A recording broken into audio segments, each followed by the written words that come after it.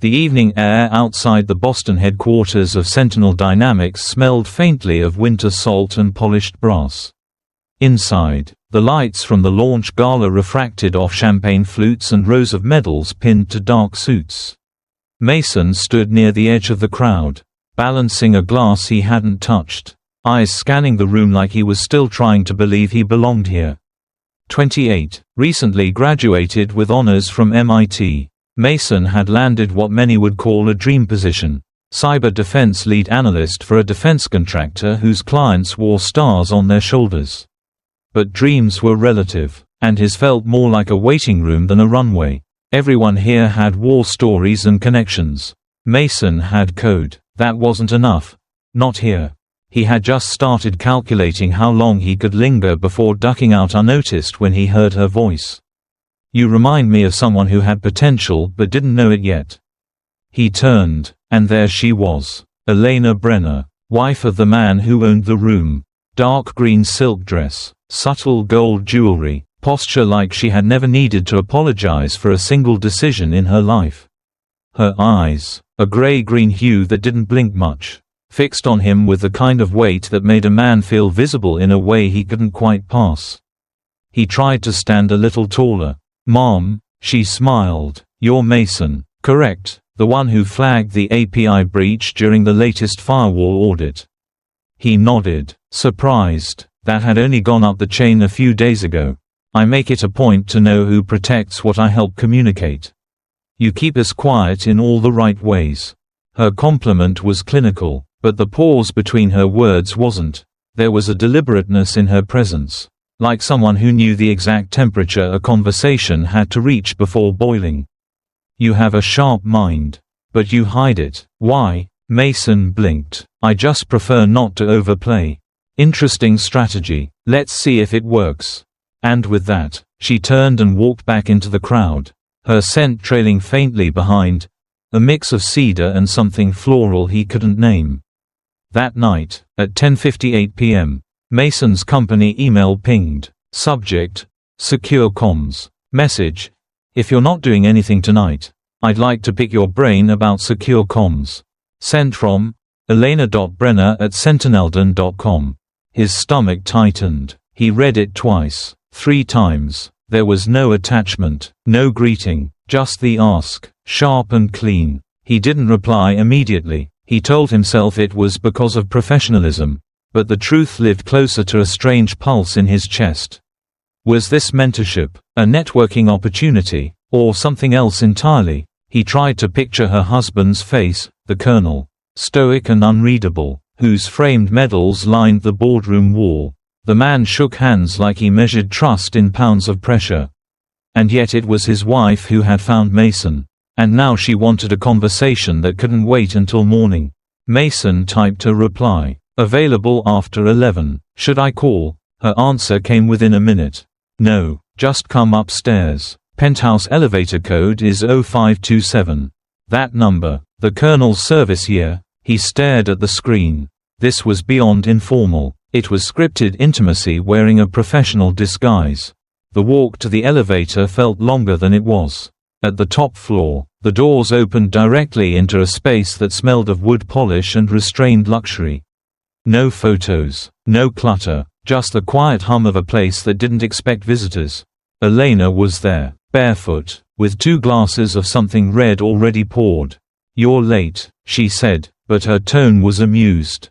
"I didn't confirm." "Exactly." They sat. She asked about secure mobile protocols. He answered. Then she asked about his family. He paused. Then she leaned in and said, "You need to stop waiting for permission to be exceptional." He didn't sleep with her that night. But he left the penthouse an hour later feeling like something had already shifted. Not physically, strategically, emotionally. He lay awake in his apartment. The city silent outside, replaying everything, her voice, her stillness, the unspoken lines between questions. She had led the conversation like someone who could draft an interrogation without ever calling it one. The next morning, his inbox was empty, no follow-up, no confirmation that it even happened. Just a lingering sense that the night had been realer than anything he'd known since starting the job.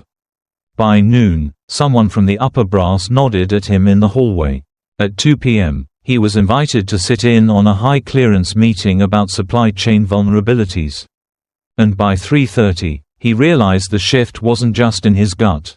Whatever had started last night, it had consequences. He looked out his office window and muttered to himself, "I thought I was being mentored, not recruited into her bed." Philadelphia in October was colder than Mason expected.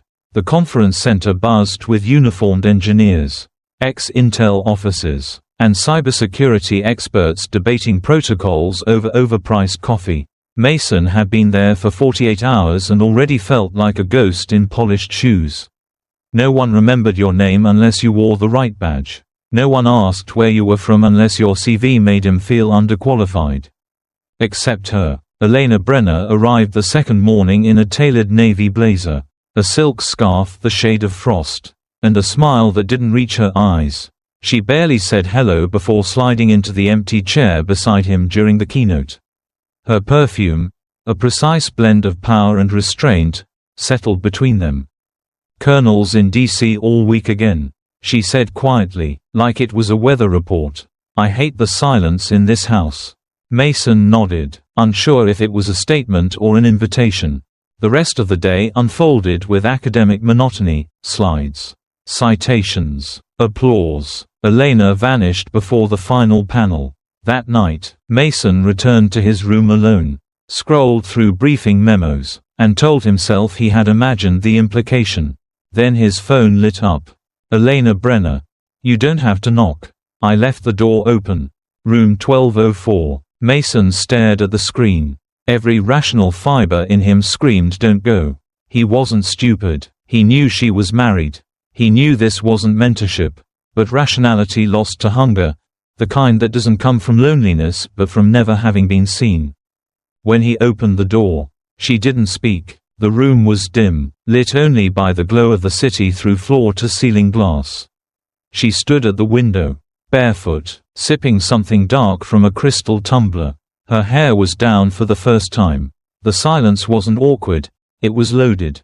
She turned to him slowly. "I always admired curiosity," she said. "You strike me as someone who doesn't wait for permission." Mason took one step forward. She didn't move. Another step. Still no movement. Then she reached out, not abruptly, but with intention, and touched the side of his jaw. "You ask good questions," she whispered. Their first kiss wasn't explosive. It was cautious, measured, exploratory, the way you taste something expensive for the first time, unsure if you can afford the appetite. The rest followed like a script neither of them admitted they had memorized. Her hands pulled. His body answered. Clothes fell like negotiations. The bed took no sides. After, she lay beside him, one leg draped over his like a tether. Her voice was low, nearly drowned out by the hum of HVAC. "There are doors in this company that only open to those who know where the keys are." "I think you do." Mason didn't reply. He stared at the ceiling, heart still galloping. Part of him wanted to believe she meant something more, about trust, about ambition, but another part, the colder, more mathematical part, wondered, what key, what door, and who holds the map? The next morning, she was gone before sunrise. A note on the nightstand, handwritten in a looping hand. "Keep your head down, but your mind wide open." That day, Mason walked into the main auditorium of the conference and noticed how heads turned, just a few. Just long enough to matter. The director of logistics nodded at him. The CTO shook his hand longer than usual. He was being noticed, but not for his ideas. For something else, something he couldn't yet name. That night, he replayed the entire evening again in his head. The messages, the touch, the whisper, the weight of her leg over his. And beneath it all, a quiet voice that said, "You're in." But into what? What Elena gave him wasn't just desire. It was the illusion of elevation. But as every engineer knows, elevation without structure collapses under its own weight. And Mason had just stepped off the foundation. He told himself he could handle it. He was smart, calculated. This was just the beginning of something strategic. But the thing about first touches is they don't just cross boundaries. They erase them. And once erased, there's no map to get back.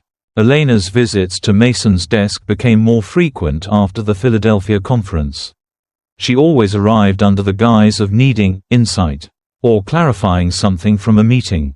But Mason noticed the rhythm. Every Tuesday, just after 4 p.m., when the colonel's calendar showed a standing off-site debriefing. One Tuesday, she slipped him a red folder marked confidential in bold. "Just for your perspective," she said, brushing a lock of hair behind her ear. "I trust your judgment." Inside were internal topology maps, network architecture for a compartmentalized encryption module. The kind of document that never left the server room, let alone passed through a junior engineer's hands. Mason studied it that night with a mix of awe and nausea. It was brilliant, and restricted. Just referencing it in an email would violate 3 sections of the non-disclosure agreement he signed on day 1. He didn't sleep. By Friday, another document arrived, a draft proposal between Brenner Tech and an allied international defense group, with metadata showing it had been copied from the colonel's private drive. When he confronted Elena about it, she smiled calmly. "Ideas don't belong to one man," she said, "especially when that man got them from someone like me." Mason didn't press, because part of him agreed, because part of him wanted to believe he was now part of something deeper, something revolutionary. But his friend Trevor, one of the few people Mason still trusted, noticed the change. "You're twitchy," Trevor said one evening after work. "You walk like you're rehearsing an alibi.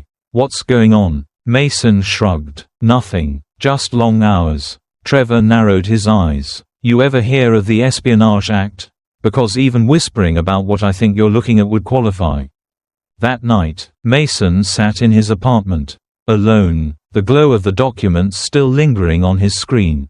He hadn't saved anything, hadn't printed, but he'd absorbed every word, every diagram, and he'd started to shape them, drafting a concept paper of his own. He told himself it wasn't stealing. He was building, innovating, like any startup founder would do, stand on the shoulders of giants. Even if those giants were his employer. The line between inspiration and theft blurred fast when ambition was involved. Elena fed him just enough to keep him dependent. An email thread here, a debriefing memo there, always saying, "Just don't share it with anyone. I trust you." And then came the blueprint. A fully detailed proposal for a private encryption subsystem, unlisted on company architecture plans, but labeled as a shadow node. Elena handed it to him in a sealed envelope. "If you ever want your own firm," she whispered, "this is your blueprint." Mason held the envelope in his hands for hours before opening it. When he finally did, his hands shook, not from fear, but exhilaration. He knew he could build it. He knew it could work. But as he outlined version 1 of the pitch deck in a private Google Doc, the thought crept in like a crack in concrete. Was this love? Or leverage? The next day, he kissed her in the stairwell between the 4th and 5th floors. Her breath was warm, her grip possessive, but her eyes were clinical, watchful. He whispered, "What if someone sees us?" She replied without blinking, "Then they'll know who you belong to." It wasn't the answer of someone in love. It was the answer of someone who owned. The following week, Mason received a package at home. No return address. Inside was a burner phone and a typed note. "If something ever happens, you don't know me. We never talked." He stared at the note, at the phone, then back at the note. This was no longer mentorship. This wasn't an affair. This was a mission. And he had just realized he wasn't the agent. He was the asset. Used, mapped, tagged, and maybe already marked for disposal. But he wasn't ready to stop. Not yet. Because somewhere between lust and loyalty, he had crossed a line he couldn't redraw. And the woman who held his heart held something else too, his freedom. It happened at 3:17 a.m. on a Tuesday, the kind of hour when even nightmares pause. 3 sharp knocks at the door. Then the low, assertive voice, "Federal agents. Open the door." Mason woke with a start, heart punching his ribs. Barefoot, shirtless, half blind with sleep, he stumbled toward the door. When he opened it, Two men in windbreakers were already stepping in. One wore gloves. The other carried a folder marked with the seal he knew from TV, Department of Justice. Mason Carter, you're under investigation for unauthorized access to classified defense infrastructure and unlawful transmission of protected data. We have a warrant to search the premises. He froze. Every possible explanation vanished. There was no misunderstanding, no mistake. This was real. Within minutes, they had his laptop, phone, even his router. One of the agents found the burner phone Elena gave him. He didn't even try to hide it. Down at the Boston field office. The walls were off-white and the air too still. He sat in a windowless room for hours before someone finally spoke to him. A man in a tie, whose voice was colder than the air.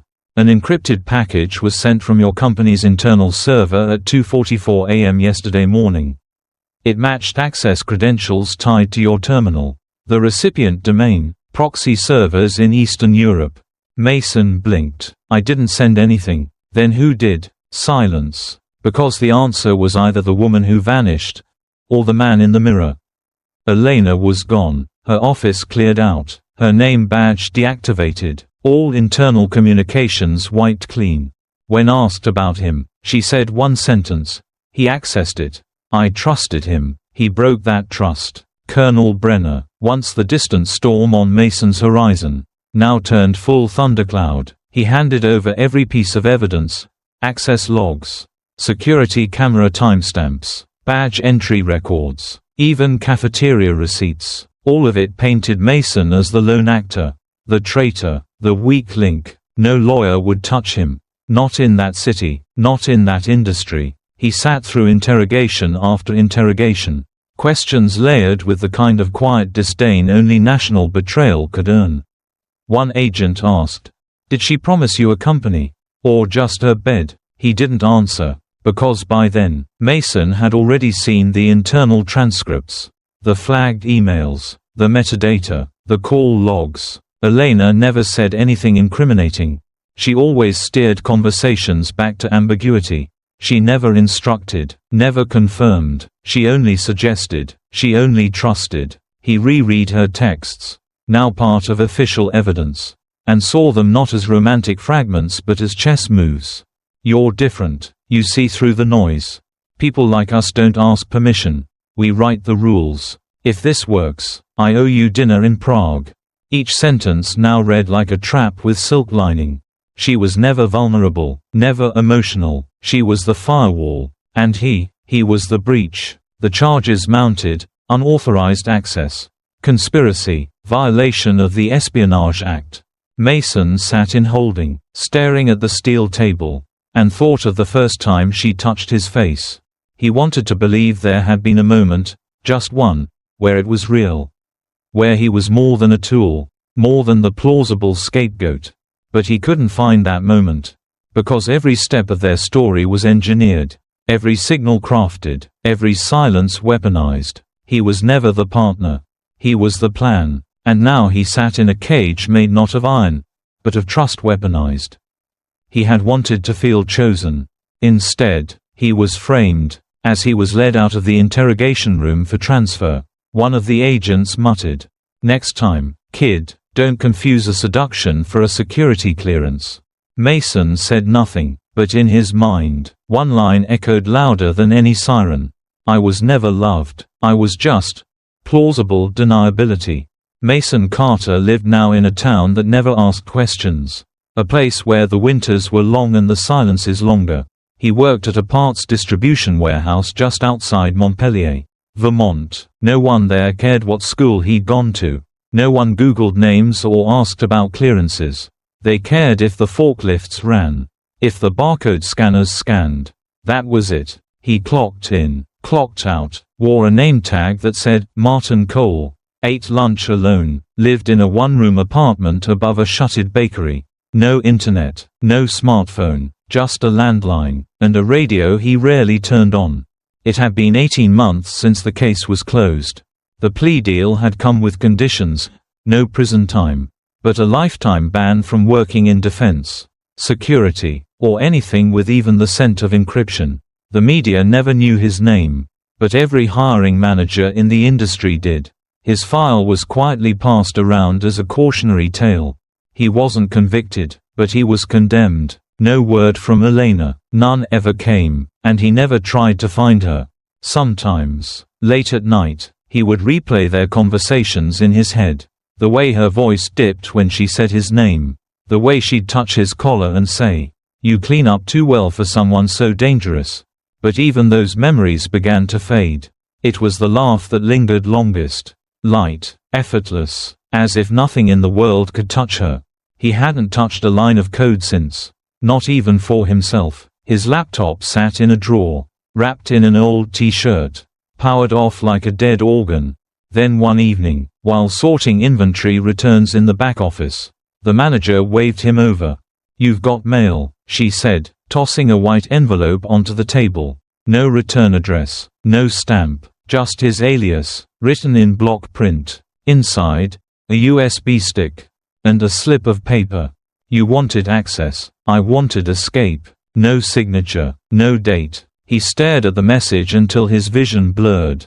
He didn't plug the drive in. He didn't need to. He knew what it was. Proof, or poison, or maybe both. That night, Mason poured a glass of cheap scotch and sat at the edge of his bed. For the first time in a year, he opened his laptop, not to code, not to search, just to listen. One folder, one file, a voice recording, the hotel room in Philadelphia, Elena laughing, the rustle of sheets, a glass being set down, her voice saying, "I bet you think this matters." He listened once, then dragged the file to the trash, and emptied it. The next morning, he shaved for the first time in weeks, looked into the mirror. The face staring back at him wasn't young anymore. It wore no illusions, no entitlement, only consequence. She had once told him he was different. But he wasn't, he was just the one who didn't ask questions. And that made him perfect. She didn't need him to be smart, just willing. He had thought it was love. But it had only ever been leverage.